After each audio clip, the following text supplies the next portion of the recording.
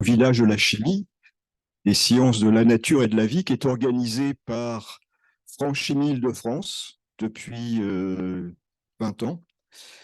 Au début, c'était tout petit. On avait eu droit à un petit sous-sol prêté par la mairie d'ici les Moulineaux. Il y avait quelques stands un peu bancals et un éclairage blafard.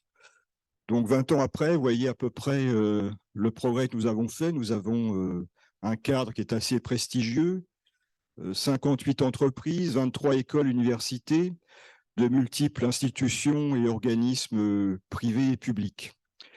Nous avons reçu également environ 2000 offres d'emploi, ce qui est à la fois intéressant et peut-être un peu inquiétant, puisque beaucoup d'entreprises peinent à recruter des gens qualifiés, mais c'est comme ça. Ce soir, nous allons terminer la journée par la remise des prix aux candidats des Olympiades de la chimie pour l'Académie de Créteil. C'était la 39e Olympiade. Et ce matin, donc, nous allons continuer l'une de nos 10 conférences. Donc, nous recevons Madame Marie-Christine Fournier-Salin qui va vous parler de chimie et génie des procédés, et génie chimique.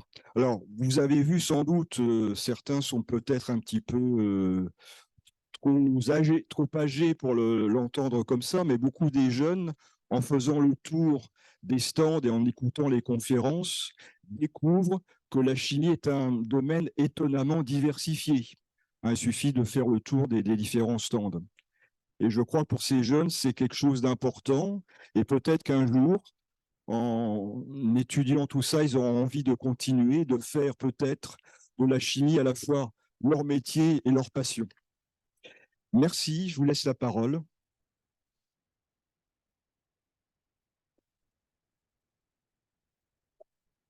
Donc, c'est un peu de lumière dans les cieux. Ouais, tant pis. Donc, bonjour à tous. Je vous souhaite la bienvenue et merci à vous tous d'être présents aujourd'hui. Donc, je suis Marie-Christine Fournier-Salin. Je suis enseignante-chercheur à l'Université de Rouen en Normandie. J'enseigne la discipline génie chimique, génie des procédés, et je suis rattachée à un laboratoire de recherche, le laboratoire de sécurité des procédés chimiques.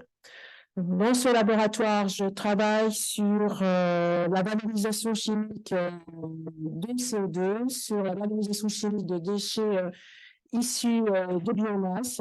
Et l'objectif de ces valorisations est d'obtenir des molécules plateformes qui vont nous permettre ensuite de synthétiser des produits à haute valeur ajoutée. Donc, l'intitulé de ma présentation, c'est « De la chimie au génie des procédés ». Alors, vous êtes suffisamment nombreux, on va faire un rapide sondage. Est-ce que des gens parmi vous connaissent déjà le génie des procédés? Oui, alors je suis désolée pour vous, mais vous êtes largement minoritaire. Donc, l'objectif de ma présentation va être justement de vous faire découvrir le génie des procédés. Alors, pour cela, donc, nous allons partir de ce que vous connaissez de la chimie. Nous allons tendre progressivement vers le génie des procédés. Ensuite, nous regarderons la place du génie des procédés en 2023. Et enfin, on terminera par vous indiquer où eh bien, on peut trouver des formations en génie des procédés. Partons de ce que vous connaissez de la chimie. Alors, la chimie, donc les disciplines traditionnelles comme la chimie, la physique, les mathématiques, la biologie, sont nées de l'observation des phénomènes naturels. Alors, si on regarde sur cette peinture montrant une scène du Moyen-Âge, eh bien, on retrouve des objets un peu familiers. Donc, vous avez à droite une notice, vous avez du matériel, vous avez quelqu'un qui veut faire du feu, vous avez un distillateur. Alors, vos connaissances en chimie, eh bien, ont été consolidées, approfondies au lycée.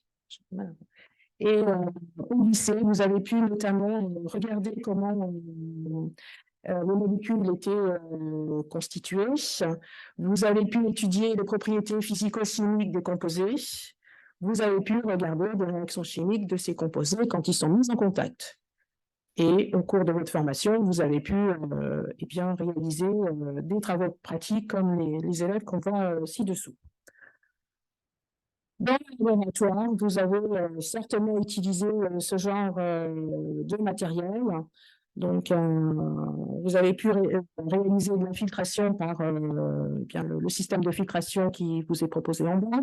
Vous avez pu réaliser de la transformation chimique avec le montage à reflux que vous avez à gauche. On voit bien le chauffe-ballon, le ballon et la colonne permettant de faire du reflux. Et à droite, on retrouve un procédé où on combine à la fois la réaction chimique et la distillation.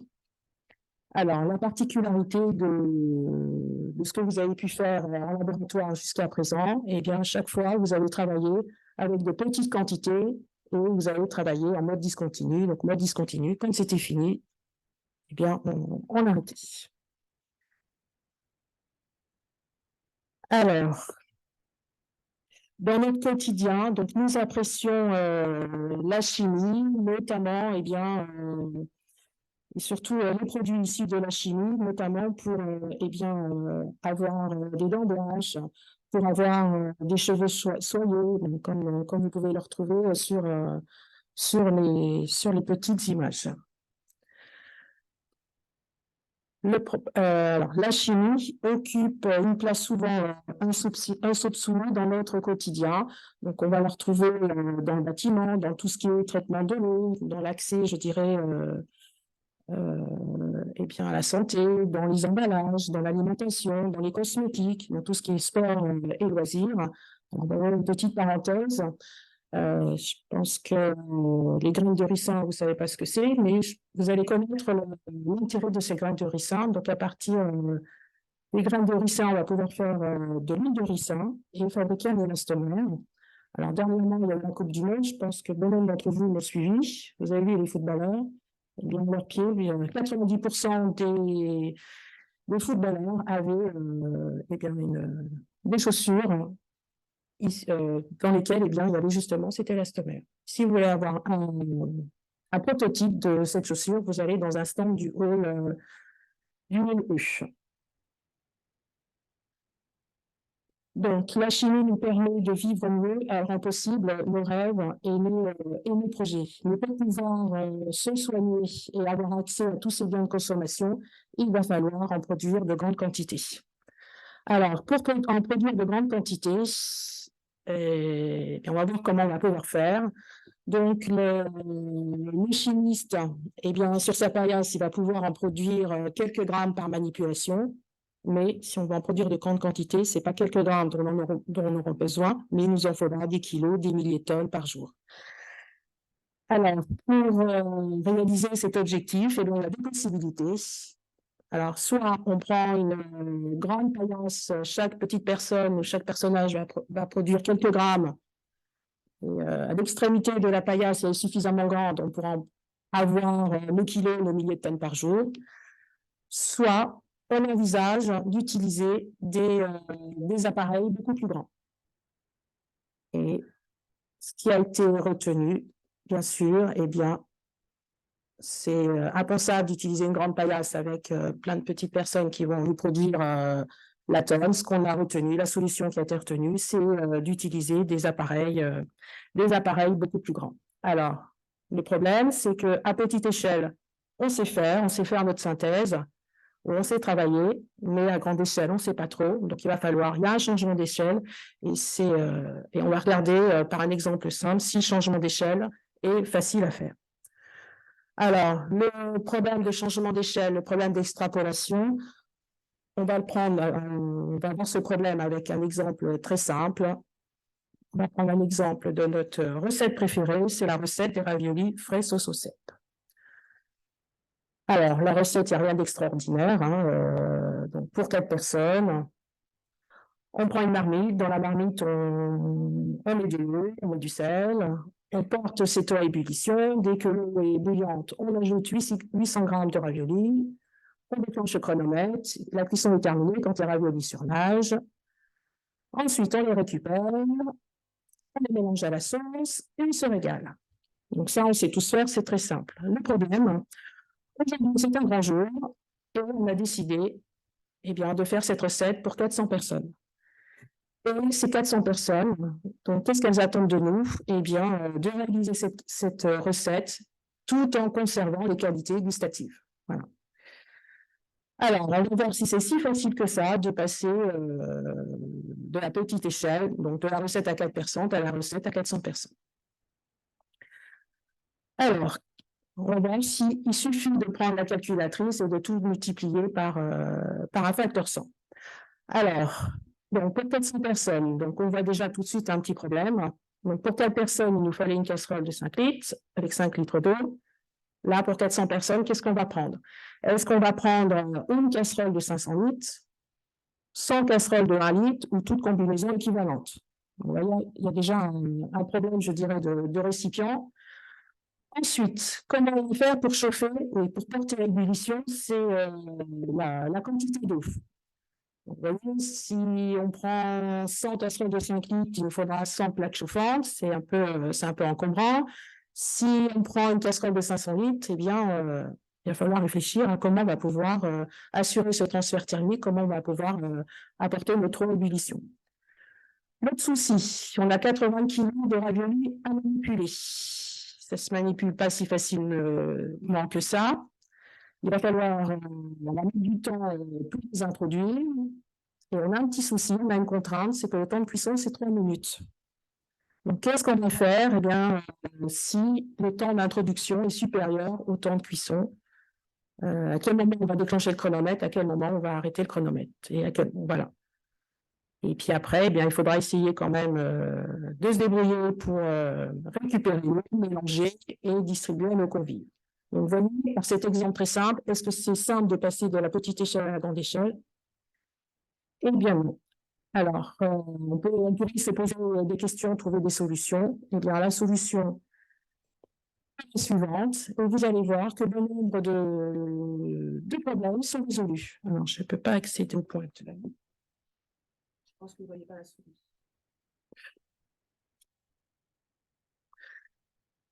Alors, on va essayer de décrypter. Je pense que vous voyez l'élément rectangulaire devant vous, au milieu. Donc là, c'est la marmite. C'est un bac dans lequel on va mettre de l'eau bouillante. On a un échangeur thermique qui va nous permettre d'assurer cette eau bouillante. Est-ce qu'on a besoin d'avoir 500 litres? Vous allez voir que non. Tout à gauche, on va introduire les raviolis et tout à droite. Donc, tout à droite, on va récupérer les raviolis cuits. La contrainte, c'est un terme peut-être un peu barbare, mais vous allez comprendre. On a un temps de passage de 3 minutes. Ça veut dire qu'entre l'entrée et la sortie, nos raviolis vont rester dans le récipient 3 minutes. Donc, ils seront cuits et puis après, sans problème, on pourra les récupérer et servir nos convives. Alors, je pense que c'est sur ce principe, bien sûr, qu'on produit, je dirais, tous les produits industriels que vous trouvez dans vos magasins. Alors, différence par rapport à tout à l'heure, on a réussi à travailler avec de grandes quantités en utilisant des récipients, pas si grands que ça, et on a surtout travaillé en mode continu. Alors, donc on va migrer, vous allez voir tout de suite, vers le génie des procédés. Donc, pour produire de grandes quantités d'objets, de services, nous avons recours à la discipline génie des procédés. Alors, le terme génie des procédés a été introduit par Jacques Villermoz. Jacques Villermoz est l'un des fondateurs de la Société française de génie chimique. Donc, il nous donne la définition suivante. Donc, le génie des procédés est une science d'intégration, une science à part entière qui regroupe les sciences de l'ingénierie, les pratiques et les méthodes relatives à l'étude, la conception, l'optimisation la mise en œuvre des procédés de transformation de la matière et de l'énergie en voie chimique, physique ou biologique. Donc, en génie des procédés, donc dans les industries de transformation de la matière, eh bien, la matière va pouvoir changer de forme, d'état, d'agrégation, de dispersion, d'état physique ou de propriétés physico-chimiques et de nature chimique.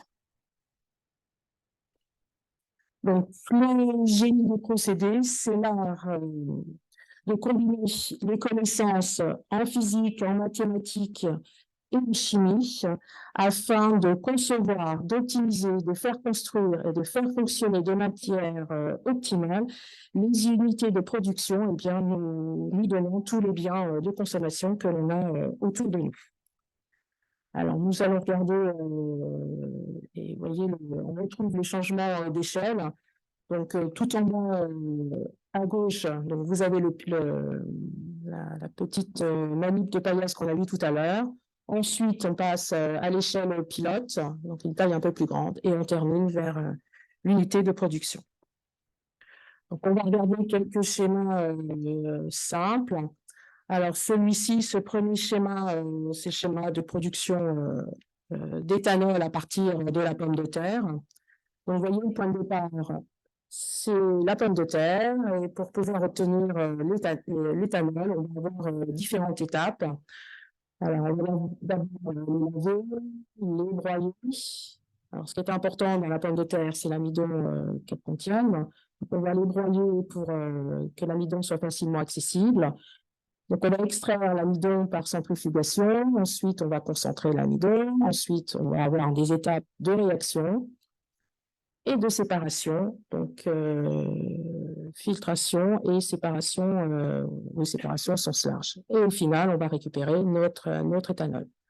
Donc, vous voyez, pour partir de la matière première, pour obtenir les produits finis, on a toute une série d'étapes. Alors, ce qu'on pourrait noter, ce qui va nous servir tout à l'heure, eh bien, on a de la réaction chimique et on a des étapes de séparation. Alors, on va prendre un procédé légèrement compliqué. Donc là, c'est le schéma de synthèse du carbonate de sodium. Donc le carbonate de sodium, on va l'utiliser pour la fabrication de verre. On le trouve aussi dans l'industrie agroalimentaire. Alors, c'est un schéma, vous voyez, qui fonctionne très bien, qui fonctionne encore, mais il a été procédé Solvay, c'est un procédé du 19e. Donc, pour obtenir eh bien, le carbonate de sodium, on va partir de tout en haut de saumure, on va partir de calcaire, de coque, on va avoir différentes étapes. Donc, vous les voyez, l'hydrogénation de la chaux, on va avoir de la distillation, de la filtration, de l'absorption, de la calcination. Et vous voyez, on retrouve des opérations qu'on a vues sur la diapo précédente, à savoir de la réaction chimique et de la séparation par filtration, par distillation.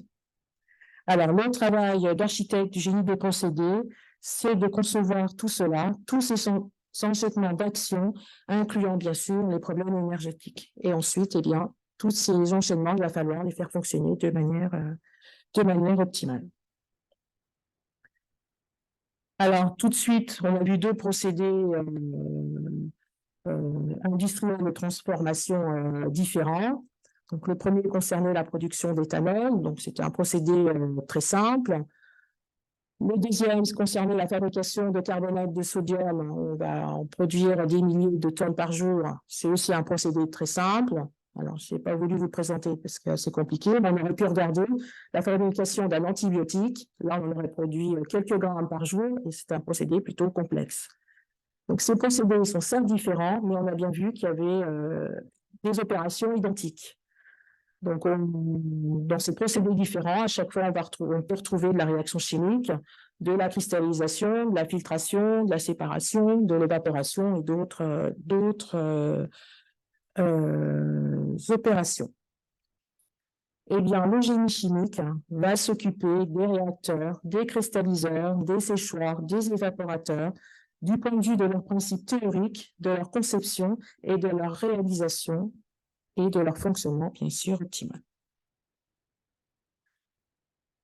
Dans le vaste ensemble d'unités industrielles, il est possible de distinguer quelques grands enchaînements verticaux. Donc, tout en haut, on va partir de la matière première. Donc, il va falloir la préparer, la conditionner, l'acheminer, je dirais, jusqu'au réacteur. Ensuite, on va avoir l'étape de transformation chimique des réactifs en produits.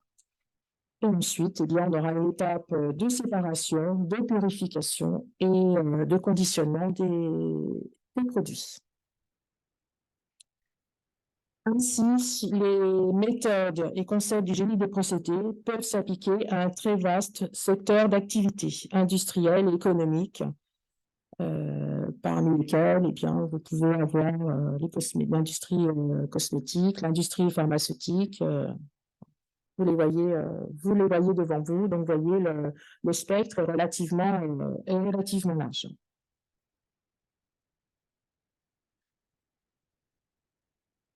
Alors, vous allez me dire, eh bien, est-ce que par rapport à ce qu'on a vu, c'est sûr, les concepts sont là, les principes sont là. On a vu le procédé Solvay qui est ancien. Vous allez me dire, est-ce que le génie des procédés a encore sa place en 2023? Alors, c'est sûr, si on regarde autour de nous, il faut faire face à des défis environnementaux, à la transition énergétique. Donc, on est sensibilisé, je dirais, au changement climatique, à la pollution des sols, à la pollution de l'eau, à l'épuisement des ressources, à la pollution de l'air. Donc, est-ce que le génie des procédés peut faire face à ces nouveaux défis? Eh bien, alors, il manque un oui, mais il va arriver. Voilà. Eh bien, la réponse est oui. Pourquoi? La discipline génie des procédés peut répondre à des questions sociétales. Et pourquoi? Parce que c'est une science qui prend appui sur d'autres disciplines scientifiques, comme la chimie, les mathématiques, la mécanique des fluides, la mécanique du solide, la biologie. Et grâce à cet appui, elle peut améliorer les procédés existants et proposer de nouveaux produits, tout en veillant à une meilleure gestion des matières premières, de l'eau, de l'énergie et une réduction des effluents. Alors, pour le vérifier, il suffit eh bien, de consulter ce qui s'est fait lors du dernier congrès de la Société française du génie des procédés en 2022. Donc, sur ce schéma, eh bien, vous avez les différents domaines abordés lors du congrès. Le enjeu du futur, bon, je ne peux pas lire, mais vous les voyez devant. Le enjeu du futur, après, il n'y a plus le son. Hein. Donc, le enjeu du futur, oui, vous les avez devant vous. Ouais, voilà. Alors, on va regarder quelques extraits. Hein. Donc, il y avait, je crois, il y avait bon nombre le congrès a duré 2 jours et demi avec des sessions en parallèle. Donc là, c'est quelques extraits, je dirais, de mots qui vont vous montrer que le génie des procédés a encore sa place. C'est une thématique en plein mouvement. Donc, quelques mots-clés. Donc, vous voyez, conception de nouveaux thermoplastiques élastomères pour l'impression 3D, stockage d'énergie renouvelable, production de carburant solaire, procédés innovants, décontaminer des huiles minérales de transformateurs de puissance, producteurs d'hydrogène, amélioration des étapes de traitement des batteries au nickel. Alors, d'autres petites expressions qu'on a pu retrouver. Donc, apport de l'analyse du cycle de vie pour l'objectif de neutralité carbone, recyclage chimique du polyéthylène, réduction des impacts environnementaux à l'aide des ultrasons, optimisation d'un procédé de méthanation, combustible méthanique durable pour la mobilité du futur, traitement de l'eau. Et on s'arrête là, mais il y aurait encore beaucoup de choses à dire. Donc, vous voyez que le génie des procédés a tout à fait sa place, je dirais, en 2023. Donc, je souhaiterais terminer ma présentation pour vous indiquant où sont les formations en génie des procédés, où vous pouvez trouver ces formations. Alors, vous connaissez les différents cursus et vous avez pu voir qu'il existait une multitude de formations et des parcours possibles après-bac. Alors, on ne va pas tout détailler. Donc, vous avez 3 grands parcours. Au niveau de l'université, vous avez la licence, vous avez des licences pro, vous avez des masters. L'obtention d'un master eh bien, vous permet de préparer un doctorat. Le doctorat consiste en travail de recherche dans un laboratoire. Il y a aussi dans la composante IUT, vous pouvez préparer un but. Au niveau du lycée, vous pouvez préparer des BTS et des licences professionnelles. Et dans les grandes écoles, eh bien, vous pouvez accéder à un diplôme d'ingénieur ainsi qu'un master. Alors, donc ça, c'est le schéma général.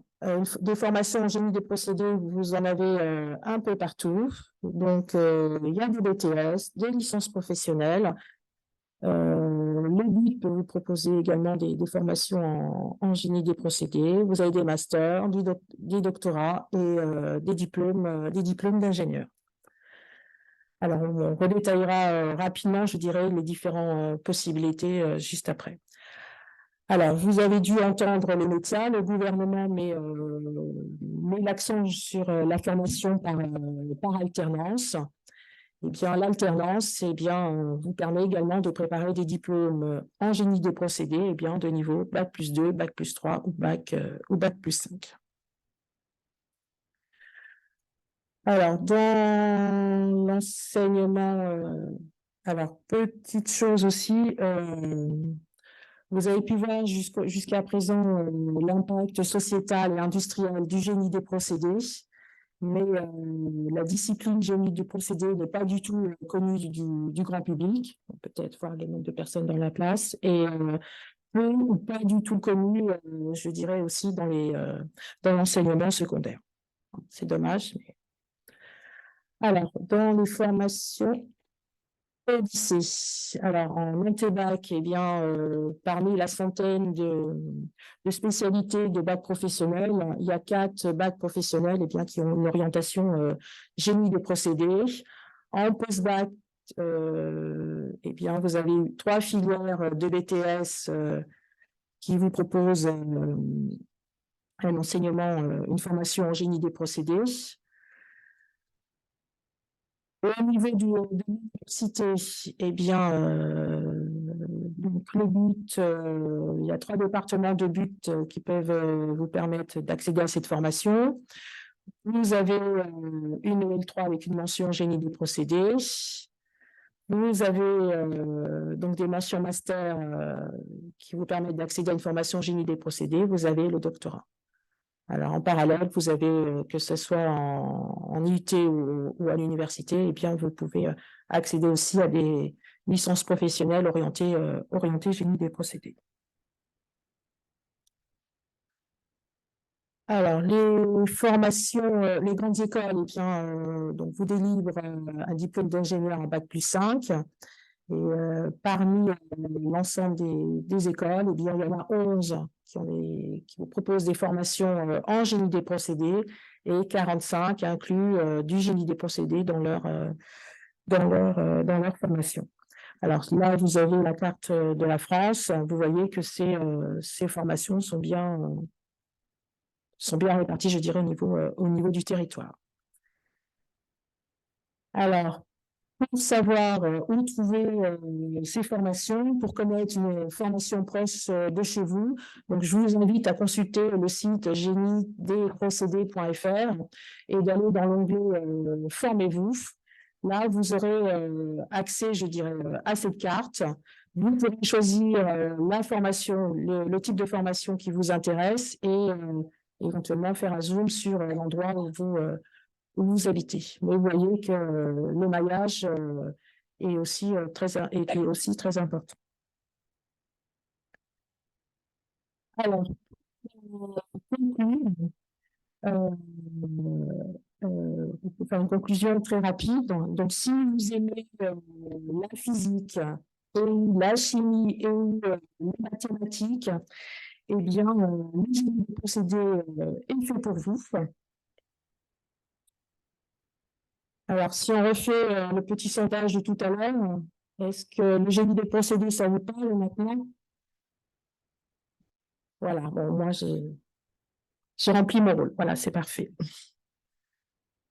Alors, j'espère que je vous ai pas ennuyé et que j'ai réussi à vous montrer l'intérêt de la discipline génie des procédés. Voilà. Alors, si vous voulez des informations complémentaires, donc vous pouvez aller sur le site géniedesprocédés.fr. Vous pouvez aller aussi sur le site de l'association de la Société française de génie des procédés où aller retrouver l'équipe qui est sur le stand.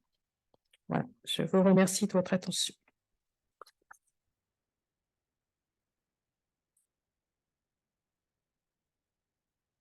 Oui.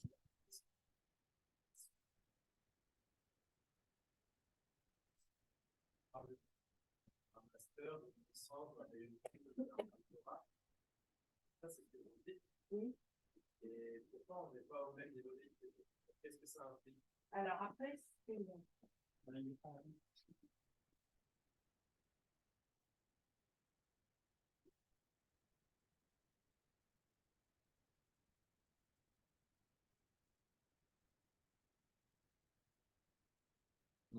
c'est bon. Non.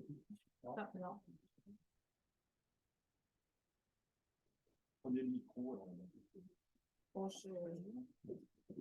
Alors, par rapport à votre question, les boîtes rouges, c'est les boîtes où on retrouve du génie des procédés.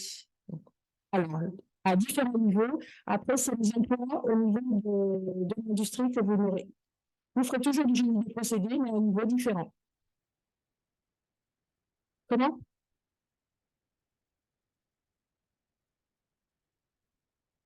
Alors, Bac plus 3, ça va être un métier de technicien.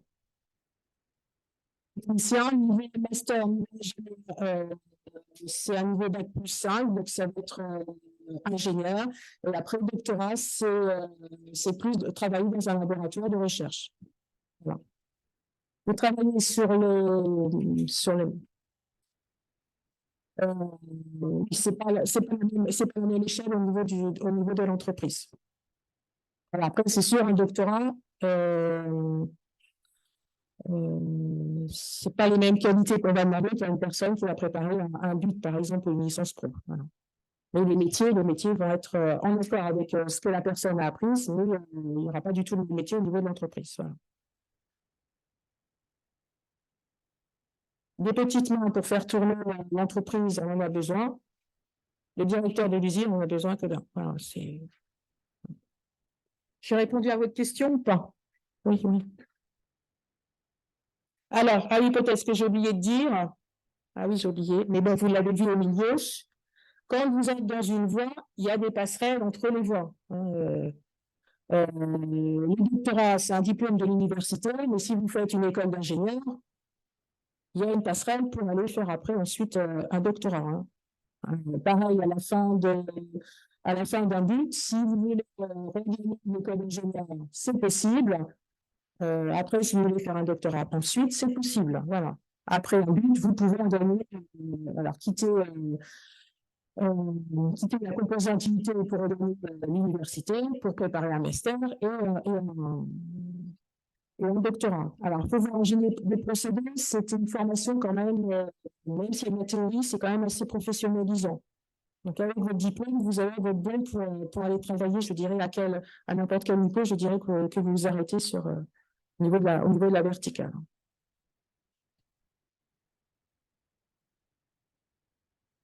Oui.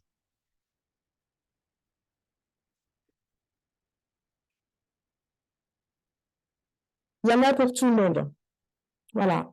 si vous êtes plus on a besoin de tout le monde parce que c'est très large. Il y a besoin de réaliser des choses expérimentales, on a besoin de théorie, on a besoin de personnes pour modéliser. La modélisation, c'est des équations. Voilà. Mais tout le monde y retrouve son compte. Voilà, on arrive. Si vous êtes plutôt théorique, eh bien, vous irez plus vers la partie modélisation. Si vous êtes plus expérimentateur, eh bien, vous irez plus sur la partie manipulation. Ça me permet d'apporter un petit témoignage et peut-être voir aussi par le gros bout de la lorgnette, puisque j'ai travaillé dans un grand groupe qui avait des filiales en France, etc. Il y a un mot qu'on n'a pas prononcé, et ça, j'ai fait un petit peu la remarque à moi-même quand j'ai vu votre histoire de ravioli, c'est le mot métrologie. Ça a une très grande importance, donc je ne sais pas si tout le monde connaît ce mot. Quand vous passez de la paillasse à l'atelier pilote, puis à la grande industrialisation, il y a un certain nombre de précautions à faire. C'est-à-dire qu'on ne comprenait pas, je remonte à des années 80, on ne comprenait pas pourquoi, en multipliant par 100, ça ne marchait pas du tout au niveau de l'industrialisation. Alors là, il y a quelque chose qui nous a été apporté, notamment à travers les normes de qualité, c'est que quand vous prenez un sac de 100 kg, par exemple de la soude, ça fait rarement 100 kg. Donc, quand vous en mettez 10 dans un réacteur, ça ne fait pas forcément le poids que vous avez prévu. Donc, ce que vous avez prévu à la paillasse, multiplié par 100, fait que votre résultat n'est pas celui qui est attendu. Or, les normes qualité nous disent qu'il faut s'efforcer de faire bien du premier coup. Donc, la métrologie, c'est la science des mesures, c'est tout l'étalonnage des appareils de mesure, etc. Donc, ça, c'est quelque chose qui est, en tout cas dans l'industrie, extrêmement important. À un moment, on nous parle beaucoup de relocaliser des productions en France. Sachez que ce n'est pas quelque chose de simple. On a essayé pendant des mois et des mois de basculer une production qu'on avait en Allemagne, de la basculer dans Lyon. On n'est pas arrivé notamment pour ces problèmes de métrologie. Vous pouvez avoir aussi des choses un petit peu anecdotiques, comme la dureté de l'eau. Celle de Francfort, ce n'est pas forcément celle qui est à Paris, etc. Donc, il y a énormément de choses et quelquefois, vous devez mener, je dirais, quasiment des enquêtes policières pour savoir pourquoi ça dysfonctionne à tel niveau. Donc, c'est un métier qui est passionnant et je crois que ceux qui seraient intéressants ont intérêt à prendre contact avec des professionnels parce que le quotidien, c'est quand même quelque chose d'assez dense là-dessus. Hein. Voilà ma petite parenthèse et mon éclairage d'anciens professionnels. Merci. Question? Oui, non? Oui. Bien, ben on vous remercie beaucoup. Et puis, vous nous avez toutes les pistes pour s'informer encore un petit peu plus, y compris au niveau des stands. Voilà. Merci. Merci à vous tous.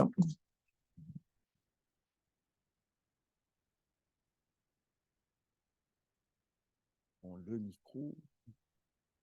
Le ricin, c'était Arkema, non? Ouais, mais non, mais je ne sais pas si je pouvais le dire. Non, faut le dire. Après, en même temps, c'est pas... Ouais. Oui, c'était ça.